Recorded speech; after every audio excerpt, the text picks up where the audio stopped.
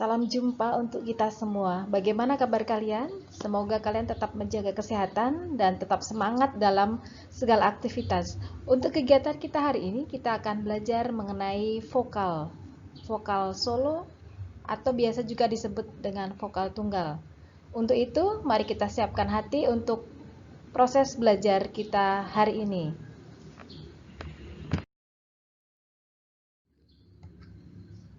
Tujuan pembelajaran seni budaya hari ini adalah menentukan materi vokal yang dimiliki, menjelaskan dan melaksanakan teknik vokal yang baik, menyanyikan lagu sesuai pilihan sendiri dengan teknik vokal yang baik, menentukan penampilan yang baik dalam bernyanyi solo atau tunggal, melatih dan menyanyikan lagu yang sudah disiapkan, improvisasinya secara solo ataupun secara tunggal.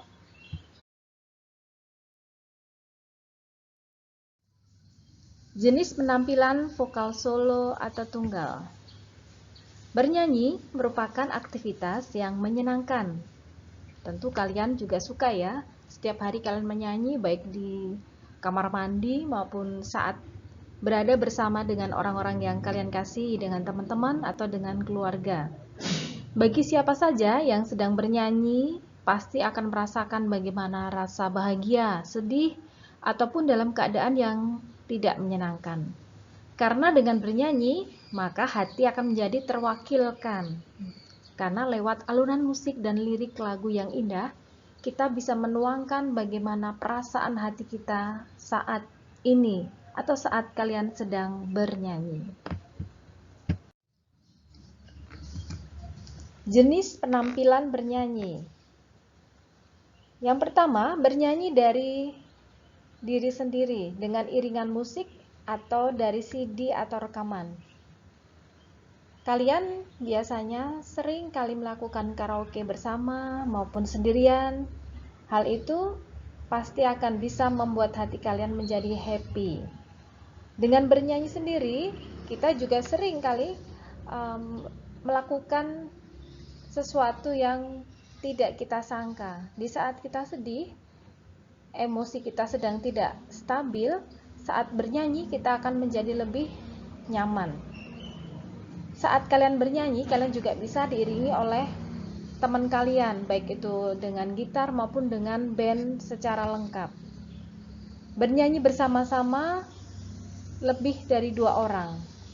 Biasanya kalau penyanyi-penyanyi trio, penyanyi-penyanyi kuartet, atau penyanyi-penyanyi dengan vokal grup, dengan teknik dan caranya pun berbeda. Dengan berbagai variasi menyanyi, suara 1, 2, dan 3, biasanya akan membagi suara mereka masing-masing. Jenis vokal solo tunggal seringkali dinilai berdasarkan penampilan, di mana setiap penampilan vokal solo atau tunggal memiliki beban yang lebih berat daripada penampilan yang dilakukan lebih dari 2 orang. Karena apa? Saat kita bernyanyi sendiri, maka kita harus bisa benar-benar mengontrol emosi kita. Tidak boleh suaranya terlalu tinggi sekali atau terlalu rendah sekali, tetapi dengan batas suara yang sesuai. Resonansi suara kita seperti apa? Batas suara kita bagaimana?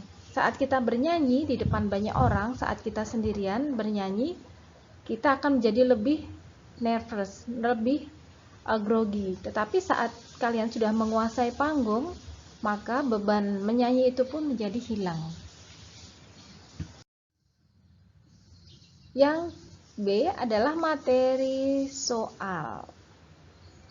Perbedaan mendasar pada materi vokal yang dimiliki seseorang dilihat dari warna suara atau timbre. Bunyi atau suara satu siswa berbeda dengan siswa yang lainnya. Hal ini dikarenakan getaran yang dihasilkan bentuk masing-masing pita suara berbeda. Baik itu perbedaan suara, ukuran pita suara merupakan pemberian Tuhan yang akan menghasilkan frekuensi suara yang berbeda. Yang kedua adalah wilayah nada, di mana kita bisa melihat dan bisa mendengarkan sendiri saat anak-anak kecil bernyanyi. Suara mereka jauh lebih tinggi daripada suara-suara anak-anak yang masa-masa remaja maupun dewasa. Dengan anugerah yang diberikan oleh Tuhan, suara anak-anak ini terdengar lebih nyaring, lebih bening, di mana range tinggi untuk suara anak-anak itu adalah C hingga F. Suara rendah A sampai D.